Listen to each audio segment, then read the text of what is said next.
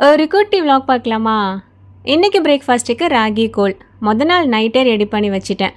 இங்கே சம்மர் வந்துச்சு அப்படின்னா வெயிலை நினச்சி கவலைப்படுறதை விட அடிக்கடி கூழ் செஞ்சே பிரேக்ஃபாஸ்ட்டுக்கு சமாளிச்சிடலாம் அப்படிங்கிறதுல எனக்கு ரொம்பவே சந்தோஷமாக இருக்கும். ஸோ மொதல் நாள் நைட்டு ரெடி பண்ணி வச்சுட்டோம் அப்படின்னா காலையில் லைட்டாக தயிர் மட்டும் சேர்த்து பிள்ளைங்களுக்கு வச்சு விட்டுடலாம். ஹஸ்பண்ட் கொடுக்கும்போது வெங்காயம் பச்சை மிளகாலாம் சேர்த்து மிக்ஸ் பண்ணி வச்சு விட்டுருவேன்.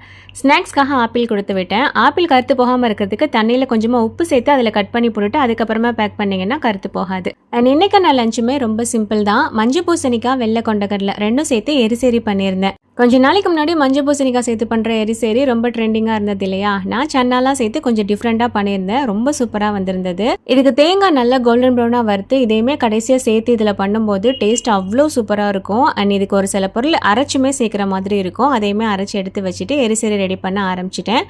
சன்னா வேக வச்சு தான் நம்ம சேர்க்கணும். இதோட ரெசிபியுமே நான் ஷூட் பண்ணி வச்சுட்டேன். சாட்டர்டே சண்டே வாக்கில் கண்டிப்பாக நான் ஷேர் பண்ணிடுறேன். ஸோ இதையுமே தாளிச்சு போட்டாச்சு. அண்ட் இன்னைக்கு லஞ்சுக்கு வந்துட்டு சப்பாத்தி தான் கொடுத்து விட போகிறேன். இந்த டைப்பில் பண்ணுற எரிசேரி ரைஸு, கஞ்சி, சப்பாத்தி, தோசை இந்த மாதிரி எல்லாத்துக்குமே ரொம்ப நல்லாயிருக்கும். ஸோ நான் இன்னைக்கு சப்பாத்தி தான் ரெடி பண்ணேன். அதுக்கான மாவு ரெடி பண்ணி வச்சுட்டு இந்த பக்கம் வறுத்த தேங்காயெல்லாம் சேர்த்து நல்லா மிக்ஸ் பண்ணி எடுத்தாச்சு. கம்மன்னு சூப்பராக ரெடி ஆயிருச்சு.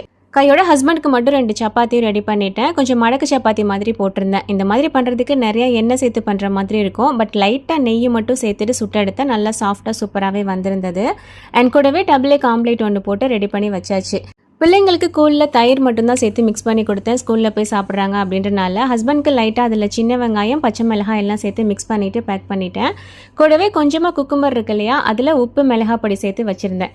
காலையில ஹஸ்பண்ட் கேட்டாங்க பிரேக்ஃபாஸ்ட்டுக்கு என்ன வச்சிருக்கா அப்படின்னு. கூழும் குக்கும்பரும் அப்படின்னு. உடனே ஹஸ்பண்ட் ரியாக்ஷன், என்னது பொங்கலுக்கு வடகரியா, என்னப்பா காம்பினேஷன் இது அப்படிங்கிற மாதிரி. அதெல்லாம் நல்லாயிருக்கும், இதுதான் உடம்புக்கு நல்லது, சாப்பிட்டு வாங்கன்னு சமாளித்து பேக் பண்ணி அனுப்பிட்டேன்.